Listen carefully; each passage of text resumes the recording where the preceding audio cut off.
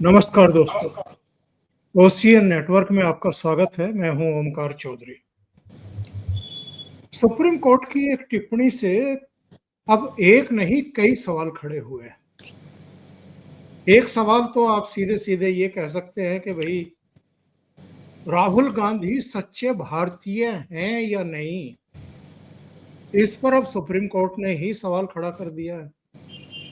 अब तक तो सोशल मीडिया पर और पॉलिटिकल जो जमात है, उसकी तरफ से ही इस तरह की बातें उठती थी कि भई ठीक है, आप लीडर ऑफ अपोजिशन बन गए हैं।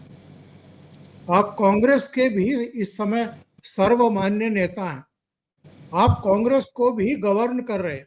सारे फैसले आप ही ले रहे हैं। इसके बावजूद भारत के प्रति आपकी निष्ठा को लेकर के बहुत गंभीर सवाल खड़े होते रहे हैं।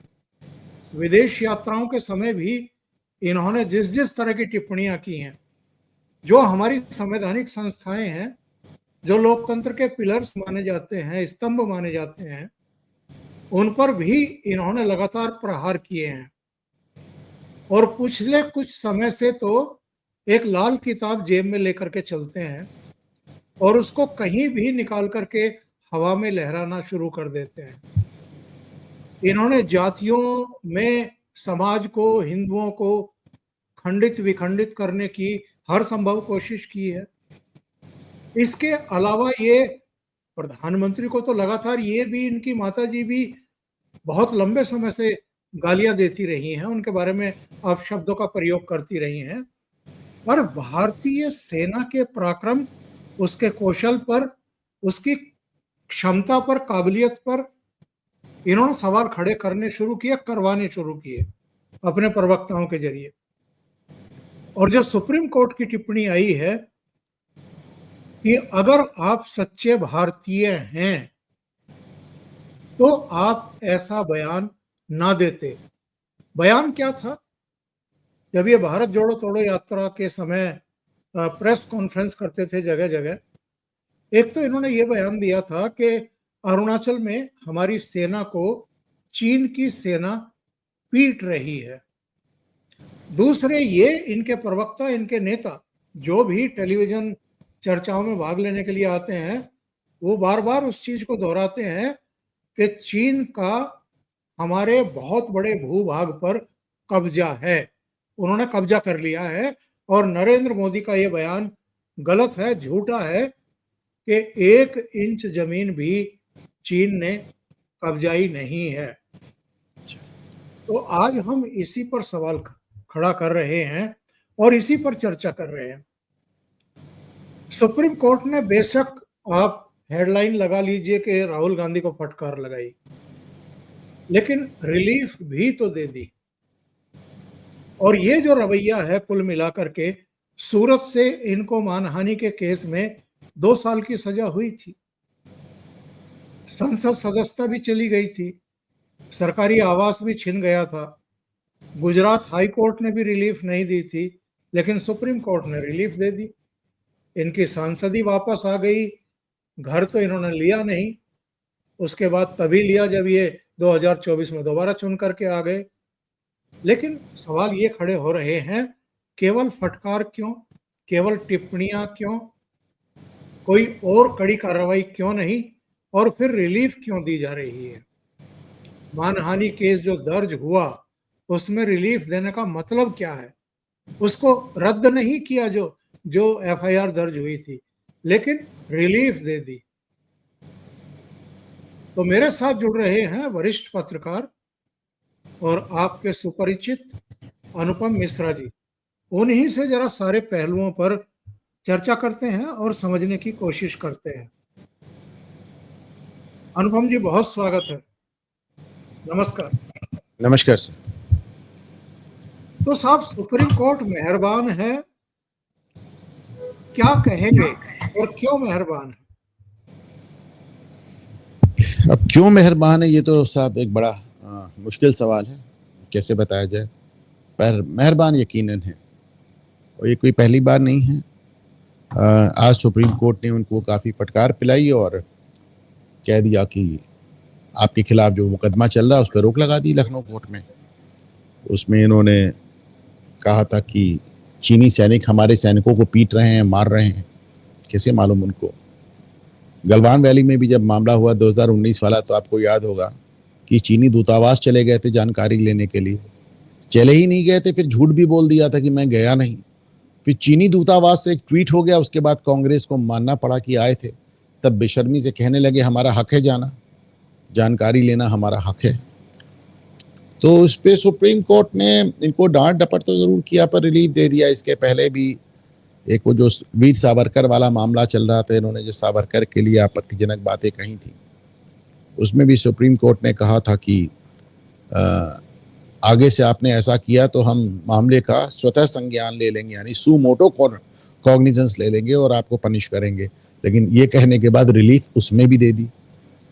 इसके पहले भी जब इनको गुजरात में सजा हुई थी और गुजरात हाई कोर्ट ने इनकी अपील खारिज कर दी थी, जिसमें इन्होंने कहा था कि सारे चोर मोदी ही क्यों होते हैं, तो उसमें इनको 2 साल की सजा हुई थी। तो उसमें जस्टिस गवई जो समय चीफ जस्टिस ऑफ इंडिया है, उनकी कोर्ट थी, उसने भी बड़ी फटकार पिलाई थी और कहा था कि आपने जो बातें कही वो बड़ी डिस्टेस्टफुल है, यानी कि मतलब सुनने में बड़ी आपत्तिजनक है।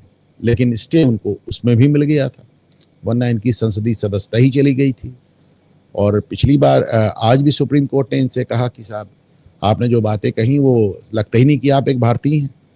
और आज भी इनको जस्टिस दीपांकर दत्ता और जस्टिस ऑगस्टीन मैसी की बेंच से रिलीफ मिल गई। और अप्रैल में, इसी साल अप्रैल में भी जब इन्होंने सावरकर वाला मामला आया था, तो यही बेंच थी जस्टिस दीपांकर दत्ता और जस्टिस ऑगस्टीन मैसी की, और उन्होंने बड़ी फटकार पिलाई थी। कहा था साहब आपने तो बड़े एकदम गैर जिम्मेदारी की सारी हदें तोड़ दी हैं और अगली बार कोर्ट स्वतः संज्ञान लेकर आपके खिलाफ कार्रवाई करेगी, वगैरह वगैरह वगैरह कह के इनको रिलीफ दे दी।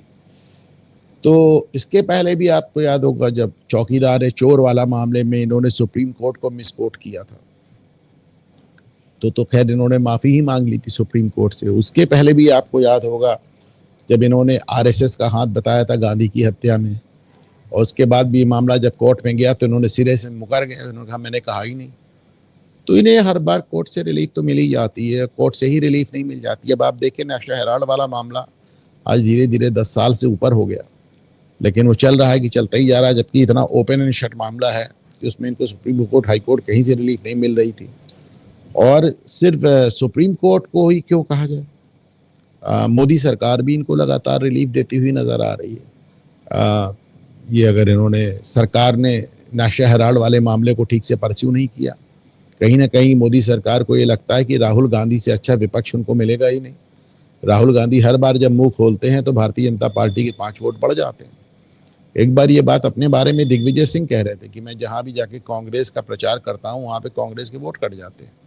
तो राहुल गांधी का भी कुल मिलाकर यही एक अंदाज है, वो तो कांग्रेस को एकदम खत्म करने पर आमादा है। तो ऐसे एक अंग्रेजी में कहावत है ओंकार सर की, giving someone a long rope, यानी किसी को इतनी लंबी रस्सी दे दीजिए कि वो खुद ही उसमें लटक जाए। तो भाजपा सरकार भी कहीं ना कहीं इनको इतनी लंबी रस्सी दे रही है कि ठीक है आप जितना बोल रहे हैं आप उतना ही फंस रहे हैं। तो वो भी सरकार भी इनके खिलाफ कोई बहुत कार्रवाई करने में दिलचस्पी लेती नजर नहीं आती है। और हालांकि अभी ये जो 2 मामले हुए हैं, ये खास तौर से ही जो फौज वाला मामला है, सेना वाला मामला है, और इसके पहले जो सावरकर वाला मामला था, ये दोनों ही मामले उत्तर प्रदेश में दर्ज हुए थे। और उत्तर प्रदेश सरकार ने सुप्रीम कोर्ट में अपना रुख बड़ा साफ कर दिया योगी सरकार ने। उन्होंने कहा साहब हमारा पूरी तरह से हम कन्विंस्ड हैं, हमारा मानना है कि उन्होंने अपराध किया है। और अच्छा चीज़ और होती है, रिपीट ऑफेंडर हो गए हैं ये, चूंकि इनको बार बार कोर्ट से रिलीफ मिल जाती है तो अब ये एक आदतन अपराधी हो गए। ये अब इन्हें अपना मुंह खोलने से पहले सोचना भी नहीं पड़ता, तो ये कुछ भी और कभी भी कहने के लिए बेताब रहते हैं।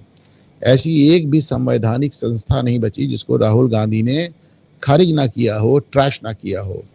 चुनाव आयोग को वो गाली देते हैं, सीबीआई को वो बताते हैं, ईडी को वो बताते हैं, पीएमओ को वो गलत बताते हैं, सरकार को, मतलब उन्होंने कुछ छोड़ा ही नहीं।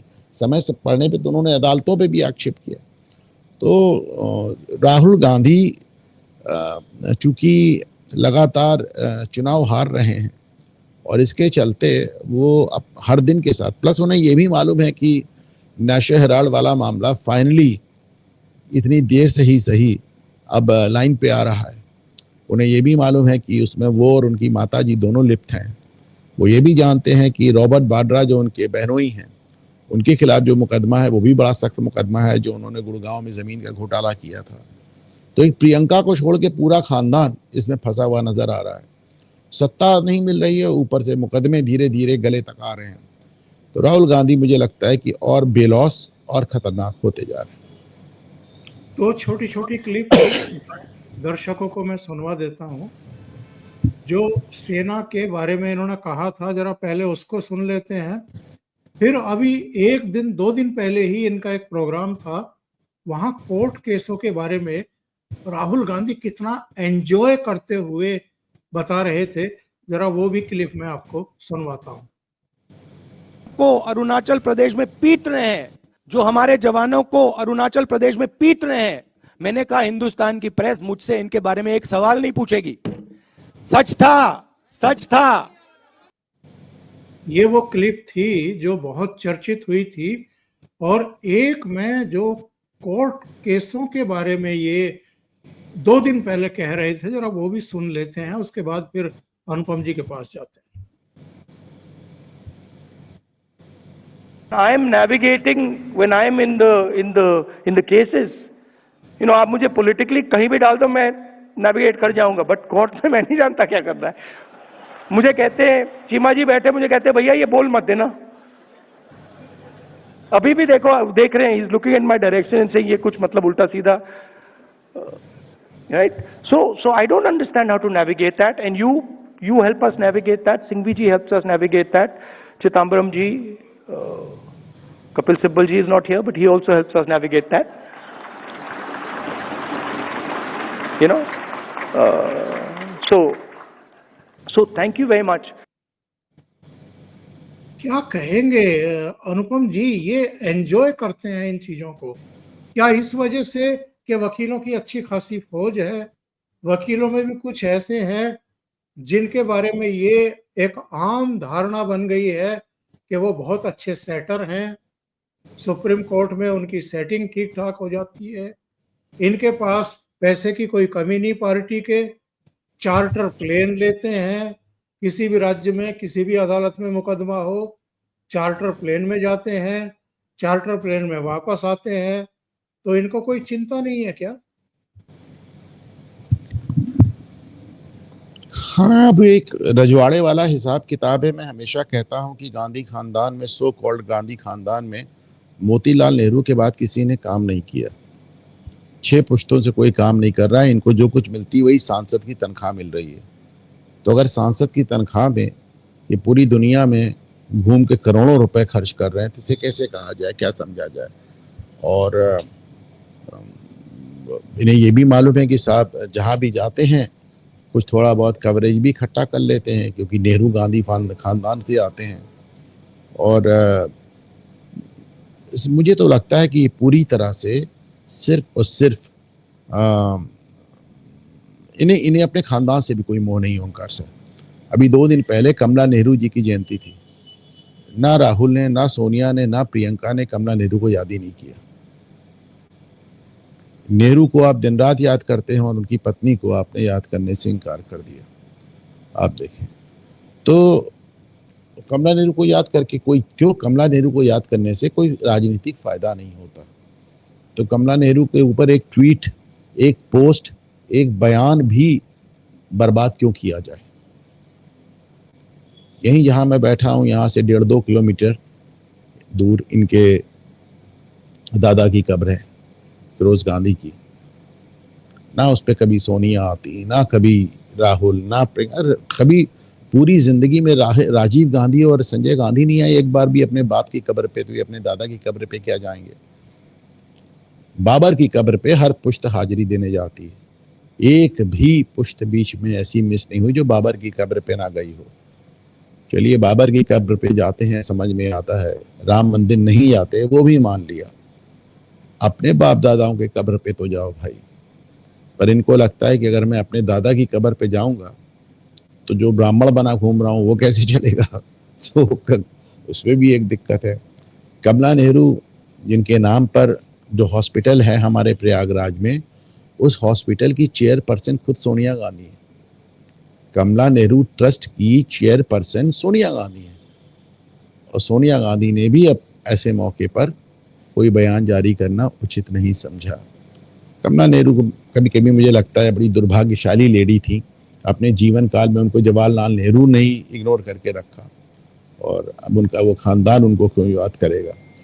तो साहब, जब आपको इस तरह की चीज़ें मिलती हैं, जैसे राहुल गांधी कहते हैं मैं तो सत्ता के बीचों बीच पैदा हुआ था, तो जब इस तरह का आपको एक प्रिविलेज होता है तो आप फिर कुछ भी कह सकते हैं, कभी भी कह सकते हैं। प्रधानमंत्री के बारे में इतना अशिष्टता से बात करते हैं। मोदी कांप रहा था, अमित शाह कांप रहा था, ऐसा वैसा, सबको जेल भेजने की धमकी देते हैं। अभी से बता रहे हैं हमारी सरकार आएगी तो हेमंत बिस्वा शर्मा को हम जेल भेज देंगे, और खुद रोज अदालत से रिलीफ पाते रहते हैं।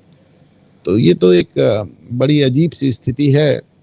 लेकिन इसमें इकलौता सेविंग ग्रेस ये है, इसमें इकलौती अच्छी बात ये है कि राहुल गांधी हो सकता है कोर्ट से रिलीफ पा जाएं, हो सकता है चुनाव आयोग से रिलीफ पा जाएं, हो सकता है सीबीआई से पा जाएं, ईडी से पा जाएं, हो सकता है मोदी सरकार से भी पा जाएं, पर राहुल गांधी जनता से रिलीफ नहीं पा रहे। अनुपम जी, ये बताइए, एक नई टेंडेंसी देखने को मिल रही है, हर किसी को धमकाने की कोशिश करना और झूठ बोल करके निकल जाना। अभी अरुण जेटली के बारे में झूठ बोल दिया कि वो मुझे धमकाने के लिए आए थे, तो मैंने उनसे कहा, उनकी तरफ देखते हुए कहा कि इवन आपको आइडिया भी नहीं है कि आप किसे धमकाने की कोशिश कर रहे हैं। अगस्त 2019 में अरुण जेटली चले गए। सितंबर अगस्त 2019 में तो अरुण जेटली गए, पर अगस्त से भी 3-4 महीने पहले मई 2019 में उन्होंने नरेंद्र मोदी की जो दूसरी सरकार बनी थी उसको शामिल होने से मना कर दिया था। हाँ, उन्होंने कहा था साहब मैं सरकार में कि मैं तो बिस्तर लग चुका हूँ साहब, मैं तो आ ही नहीं सकता। तो मेरा स्वास्थ्य ठीक नहीं है। वो लगातार एम्स में ट्रीटमेंट भी ले रहे थे, और ये विदेश भी गए थे। मुझे आकर के धमकाया कि हमारी सरकार एक्शन लेगी, और उनके जाने के भी 13 महीने बाद सितंबर 2020 में ये फार्म लॉज आए, दोनों सदनों में पारित हुए। जो इस दुनिया में नहीं है उनके बारे में भी आप झूठ बोल रहे हैं। दो बातें। पहली बात तो ये अरुण जेटली वाला मामला इकलौता नहीं है, इन्होंने यही काम मनोहर पर्रिकर के साथ किया था। मनोहर पर्रिकर जब अपनी जिंदगी के आखिरी दिनों में थे तो ये उनको बहाने से उनका स्वास्थ्य पूछने गए, और बाहर निकलकर उन्होंने मनोहर पर्रिकर के नाम से एक झूठा बयान जारी कर दिया, राफेल में भ्रष्टाचार बता दिया। मनोहर पर्रिकर ने एक तरह से अपने डेथ बेड से बयान जारी किया कि राहुल जी, मुझे ऐसी उम्मीद नहीं थी कि आप मेरा स्वास्थ्य पूछने आएंगे और मेरे ही नाम से झूठ बोलेंगे। मनोहर पर्रिकर के जाने के बाद भी ये उनके नाम से झूठ बोलते रहे। अरुण जेटली वाली बात जहां तक है, उनको मालूम था कि वो गलत कह रहे हैं, क्योंकि उन्होंने कहा कि अरुण जेटली अब इस दुनिया में नहीं है, मुझे नहीं कहना चाहिए लेकिन मैं फिर भी कहूंगा। तीसरी बात, अब कांग्रेसी ये बता रहे हैं कि साहब वो बात लैंड एक्विजिशन बिल की हो रही थी, फार्म लॉस की नहीं हो रही थी, तो भूमि अधिग्रहण कानून की बात हो रही थी। चलिए मान लिया भूमि अधिग्रहण कानून की बात कर रहे थे, पर उस मामले को भी 5-6 साल हो गया। हकीकत ये है कि जब तक आदमी सामने है तब तक क्यों नहीं बोले आप। अरुण जेटली के सामने आप बोलते तो अरुण जेटली आपको हैसियत बता देते, वो वाकपटु थे, एक माने हुए वकील थे, तो वो आपको बता देते कि क्या कैसे है। तो आज जब जेटली साहब नहीं हैं और उनको गए, मतलब इतना लंबा अरसा हो गया, 6 साल हो गए, तो आज आप कह रहे हैं जेटली ने ये कह दिया, जेटली ने वो कह दिया। मतलब दिवंगत होने के 6 साल बाद आप इस तरह की बातें करते हैं। ये बड़ी अजीब सी बात है कि आप एक की तरफ कहते हैं कि जवाहरलाल नेहरू की बात मत करो, लेकिन जवाहरलाल नेहरू के जो हम उम्र थे सावरकर के ऊपर आप रोज निशाना लगाते हैं। तो आप देखें ना, ये तो एक बड़ा एक दोगलापन है इस पूरे मामले में। ये बताइए साहब कि सेना पर सवाल खड़े करना और निशाने पर नरेंद्र मोदी को लेना, चलिए पॉलिटिकली आप अपने को नरेंद्र मोदी का अपोनेंट मानते हैं, पीएम इन वेटिंग मानते हैं, आप कर लीजिए जो आपको करना है, नरेंद्र मोदी के खिलाफ जितने बयान देने हैं दीजिए। लेकिन सेना के ऊपर सवाल खड़े करते हैं। और एक मैं आज सर्च कर रहा था, मुझे संबित पात्रा का एक प्रेस कॉन्फ्रेंस का एक अंश देखने को मिला, तो मैंने वो लिया कि दर्शकों को मैं इसको सुनवाऊंगा। इन्होंने तो ये तक सवाल खड़े कर दिए थे जब ये अग्निवीर प्रकरण चल रहा था कि साहब दलित, गरीब, ओबीसी के लोग जो वंचित वर्ग से आते हैं उनको तो आप अग्निवीर बना रहे हो, और जो एलीट वर्ग है जिनको सारी सुविधाएं दी जाती हैं उनमें आप सवर्ण जातियों को, ऊंची जातियों को ले रहे हैं। यानी सेना के भीतर भी आप इस तरह की बातें पैदा करना चाहते हैं, एक संघर्ष की स्थिति, एक मनमुटाव की स्थिति, और सेना के सामने इस तरह की स्थिति पैदा की जाए। संबित का वो छोटा सा एक वीडियो है, सुन लेते हैं। जाति को लाया और कहा कि पीएम ने 2 तरीके से आर्मी के जवान बनाए हैं। प्रधानमंत्री जी ने 2 तरीके से आर्मी के जवान बनाए हैं। एक गरीब, दलित और माइनॉरिटी जो अग्निवीर है, गरीब, दलित और माइनॉरिटी जो अग्निवीर है, और दूसरा अमीर परिवार से जिसे सारी फैसिलिटी मिलती है। ये आप आर्मी को तोड़ना चाहते हैं? ये आप आर्मी के अंदर लड़ाई करवाना चाहते हैं कि ये गरीब, दलित और ये माइनॉरिटी वाले हैं और ये अमीर परिवार से आए हुए लोग हैं, अफसर हैं, अब इनके बीच में लड़ाई करवा दे? जो इनको जॉर्ज सोरोस बोलते हैं वो करते हैं। ये चाइना में जाके एमओएस साइन करके इसीलिए तो आए, महीने में मोटा माल कमाते हैं मां बेटा, इसीलिए कमाते कि जाओ आर्मी को तोड़ो, जाओ हिंदुस्तान को किस तरह से विखंडित करना है उसकी चिंता करो। ये बहुत गंभीर स्थिति है कि लीडर ऑफ ऑपोजिशन के पद पर हैं और बहुत गैर जिम्मेदाराना तरीके से बयान देते हैं और उसको एंजॉय भी करते हैं। इन्होंने सिर्फ यही बयान नहीं दिया था उनका, सर आपको बताऊं कि छोटे छोटे अपने वीडियो बनवाते रहते हैं। एक वीडियो में सेना के जवानों से बैठकर बात कर रहे हैं और उनको समझा रहे हैं कि जो अधिकारी वर्ग है वो तुम्हारा शोषण करता है। मतलब इनका एक वीडियो आया था, मैंने इसको ट्वीट भी किया था, जिसमें ये सेना के जवानों से सीधे उनके मुंह पर कह रहे हैं कि सेना के अधिकारी सेना के जवानों का शोषण करते हैं। आईपीसी में ये गंभीर अपराध है। सेना में किसी भी प्रकार का असंतोष पैदा करना या किसी भी प्रकार सेना को भड़काना एक गंभीर अपराध है। इसीलिए मैं कहता हूं ना कि सरकार भी इनको बहुत लंबी छूट दिए हुए है। मतलब इस तरह का वीडियो सामने आने के बाद तो इनके ऊपर बड़ा गंभीर मुकदमा होना चाहिए।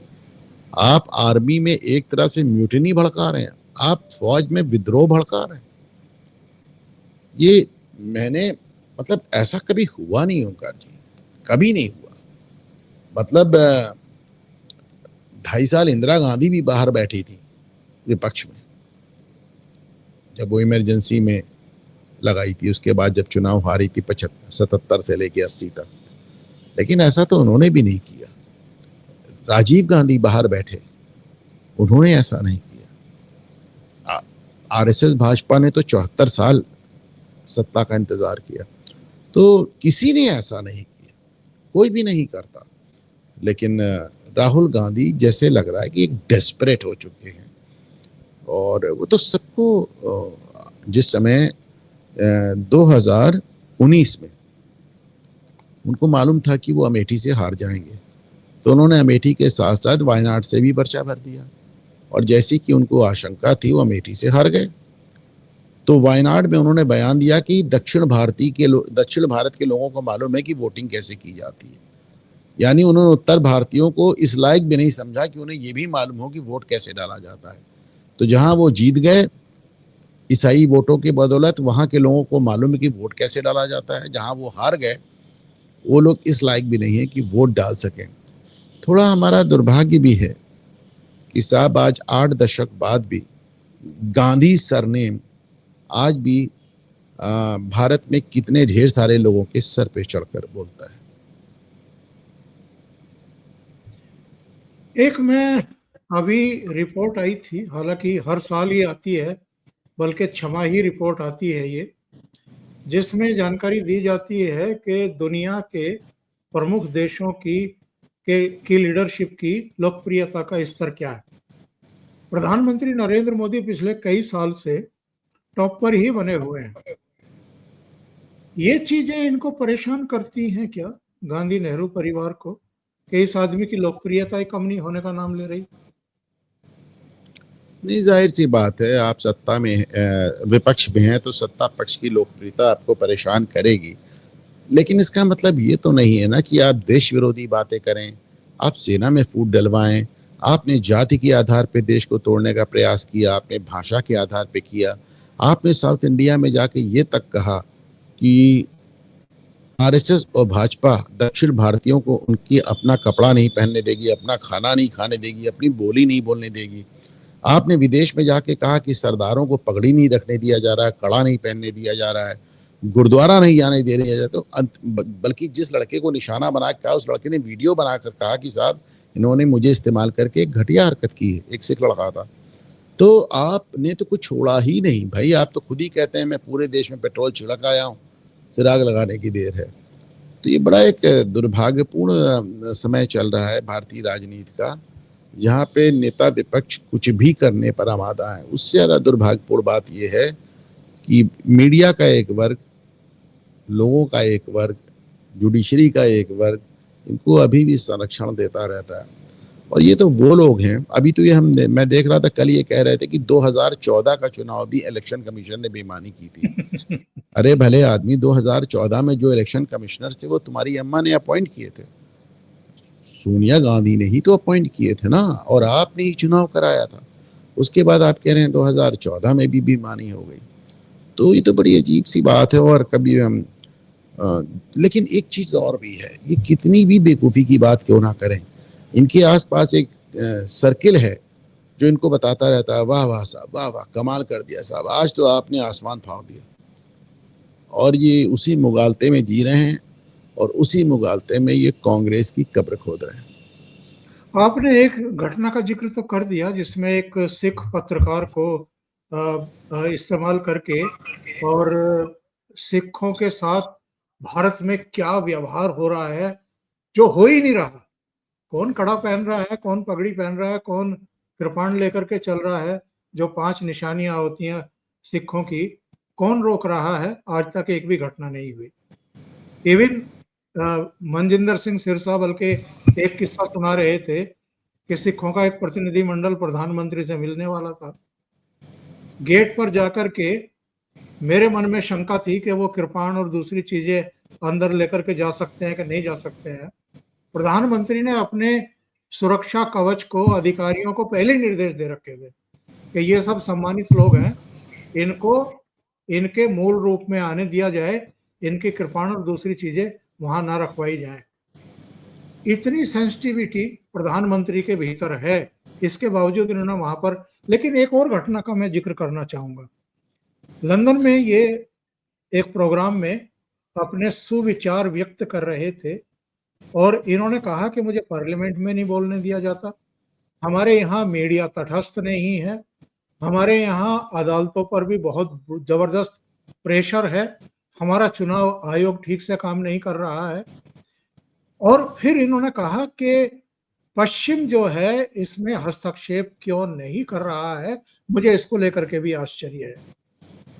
यानी क्या ये देश में अराजकता पैदा करना चाहते हैं, लोगों को भड़काना चाहते हैं, दुनिया में भारत को बदनाम करना चाहते हैं, इंडियन डेमोक्रेसी को पलीता लगाने की कोशिश कर रहे हैं? भाई वो तो साफ साफ कह चुके हैं। जब आदमी कह रहा है कि पूरे देश में पेट्रोल छिड़का हुआ है, सिर्फ दियासलाई दिखाने की देर है, मतलब उन्होंने तो कोई ऐसा भी नहीं ना कि घुमा फिरा के बात कही हो, तो सीधे सीधे कह रहे हैं, कहीं उनको कोई संकोच ही नहीं। तो देखिए, राहुल गांधी मोटी मोटी एक बात जानते हैं, उनको समझ में आता है कि साहब इस देश का 20% मुसलमान घूम फिर कर उनके साथ जुड़ जाता है, चाहे वो अगर वो आज ये भी कह दें कि मैं भारत विरोधी हूँ। जैसे उन्होंने अमेरिका में एक बात कही, उन्होंने कहा हमारी लड़ाई तो स्टेट ऑफ इंडिया से, भारत राज्य से हमारी लड़ाई है। तो इससे ज़्यादा क्या कहेगा आदमी, क्या कहेगा? तो उन्हें मालूम है कि हमारे भारत विरोधी बयान के बाद मेरा मुस्लिम वोट और पक्का हो जाता है। कुछ ईसाई वोट भी जुड़ा रहता है मेरे साथ, पारसी वोट भी जुड़ा रहता है। तो भाई ये सब वोट उनके साथ जुड़ा हुआ है। फिर कुछ वोट ऐसा है जो केवल हिंदुत्व के नाम पे और भाजपा के नाम पे और आरएसएस के नाम पे और मोदी के नाम पे और योगी के नाम पे भड़का हुआ रहता है, वो भी इनको मिल जाता। तो उन्हें मालूम है कि साहब हमारा इतना वोट तो हमारे साथ बना ही रहेगा कि नेता विपक्ष अब बने रहें। हालांकि आपको याद होगा कि 14-19 में तो ये भी स्थिति नहीं रह गई थी कि नेता विपक्ष बन पाते, तो ये तो बड़ी बुरी हालत पे चले गए थे। तो ये सब एक कॉम्प्लिसेंसी है, एक एरोगेंस है, दुर्भाग्य। लेकिन सबसे बड़ा वही सवाल जो प्रोग्राम में बैठने से पहले आपकी हो रही थी मेरे से, कि साहब क्या ऐसे कानून नहीं है या सरकार की इच्छा शक्ति नहीं है? आप देख रहे हैं, हम देख रहे हैं, पूरा देश महसूस कर रहा है, एक आदमी लगातार अराजकता पैदा करने की कोशिश कर रहा है, सबको अपमानित कर रहा है। अब ट्रंप ने किस झोंक में, किस चिढ़ से कह दिया कि इंडियन इकोनॉमी जो है वो डेड है, और जब ये इस पर प्रतिक्रिया व्यक्त कर रहे थे और पत्रकारों को धमकाने की कोशिश कर रहे थे, आपको पता नहीं है? आपको पता नहीं है? आप अवेयर नहीं है कि इंडियन डेमोक्रेसी जो है, इकोनॉमी जो है वो डेड है? केवल वित्त मंत्री और प्रधानमंत्री कहते हैं, पूरा भारत जानता है कि इकोनॉमी डेड है। तो ये हंस रहे थे, इनके चेहरे पर स्माइल थी। जो आदमी इस हद तक उतर आया हो, क्या उसके खिलाफ कार्रवाई नहीं होनी चाहिए? 2014 से 2024 के बीच में जो इन्होंने अलग अलग इलेक्शन एफिडेविट फाइल किया, उसके हिसाब से इस मुर्दा इकोनॉमी से इन्होंने अपने 1 करोड़ रुपए के इन्वेस्टमेंट को 10.5 करोड़ का बना लिया, 10 गुना कर लिया। तो ये इनका अपना एफिडेविट बताता है, पहली बात।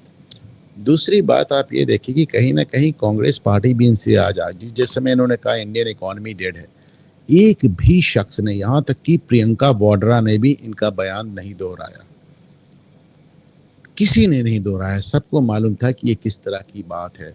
चलिए मान लिया शशि थरूर तो पहले से असंतुष्ट ग्रुप में हैं, उन्होंने तो कहा ही कहा, पर राजीव शुक्ला जैसा आदमी जो कि गांधी परिवार की ही कृपा से राज्यसभा में बना रहता है, उन्होंने भी ये कहा कि नहीं, डेट का कोई सवाल ही नहीं है, बल्कि उन्होंने ट्रंप पे हमला किया। तो यानी पार्टी भी इनके साथ खड़ी नजर नहीं आती। जब इन्होंने नरेंद्र सरेंडर का बयान दिया था तो उनके इस बयान को मल्लिकार्जुन खड़गे, यहां तक कि जयराम रमेश और प्रियंका वाड्रा ने भी दोहराने से इनकार कर दिया था। कई मुद्दे पर पार्टी इनके साथ खड़ी नजर नहीं आ रही। मेरा अपना मानना है ओंकार जी कि कहीं ना कहीं कांग्रेस पार्टी इस बात को समझ चुकी है कि सोनिया, राहुल और रॉबर्ट, ये तीनों कानूनी रूप पर लंबे शिकंजे में आने वाले हैं। ऐसे में इस पूरे परिवार का एक ही व्यक्ति बचता है जो कि पार्टी को आगे ले जाएगा, और वो है प्रियंका गांधी। प्रियंका गांधी इसीलिए बहुत लो प्रोफाइल रखे हैं। वो बीच बीच में फिलिस्तीन पे, मुसलमानों पे, दलितों पे बोलती हैं और कुछ बोलती नहीं, बाकी समय उनको एमनीजिया आ जाता है, सब भूल जाती हैं। तो वो अपनी बड़ी महीन राजनीति कर रही हैं। अभी तक उनको जितनी बार मौका मिला वो उसमें फ्लॉप रही हैं। उत्तर प्रदेश उनको दिया गया था, लड़की हूँ लड़ सकती हूँ नारा पे, वो उत्तर प्रदेश में बुरी तरह फ्लॉप हो गई, 1 सीट तक रह गई। तो अब अभी भी देखिए, she is the only person, इकलौती पर्सन है जो कि CWC में रहते हुए उनके पास कोई चार्ज नहीं, कोई चार्ज नहीं उनके पास, किसी स्टेट का चार्ज नहीं। तो वो अपने आप को बहुत लो प्रोफाइल रख रही हैं। प्रियंका गांधी को मालूम है कि it is only a matter of time, केवल समय की बात है। कांग्रेस पार्टी से सोनिया और राहुल दोनों ही दूर हो जाएंगे कानूनी पछड़ों के चलते, और तब प्रियंका गांधी इकलौती होंगी जो इस पार्टी को अपने कब्जे में लेंगी। बहुत बहुत धन्यवाद। ईश्वर करे इनको कभी तो सद्बुद्धि आए, कभी तो ये समझें कि कितने गलत ट्रैक पर ये चले गए हैं। फ्रस्ट्रेशन कह लीजिए या कुछ भी कह लीजिए, उसके चलते हुए। और इनको बार बार ये भी रियलाइज होता होगा कि नरेंद्र मोदी जो हैं वो किसी भी तरह के जाल में फंसते नहीं हैं, कोई आरोप उन पर चस्पा होता नहीं है, लोकप्रियता उनकी कम हो नहीं रही है, देश की जो मान प्रतिष्ठा है वो भी, इकोनॉमिक फ्रंट पर भी वो लगातार कामयाब होते जा रहे हैं। तो ऐसे में इनके चांसेस तो हैं ही नहीं। तो इस फ्रस्ट्रेशन में ये क्या-क्या कर रहे हैं, पूरा देश देख रहा है। अनुपम जी, बहुत-बहुत धन्यवाद जुड़ने के लिए। थैंक यू सो मच बहुत महत्वपूर्ण बिंदुओं पर चर्चा करने के लिए। थैंक यू सो नमस्कार मच। नमस्कार। जय हिंद। जय हिंद।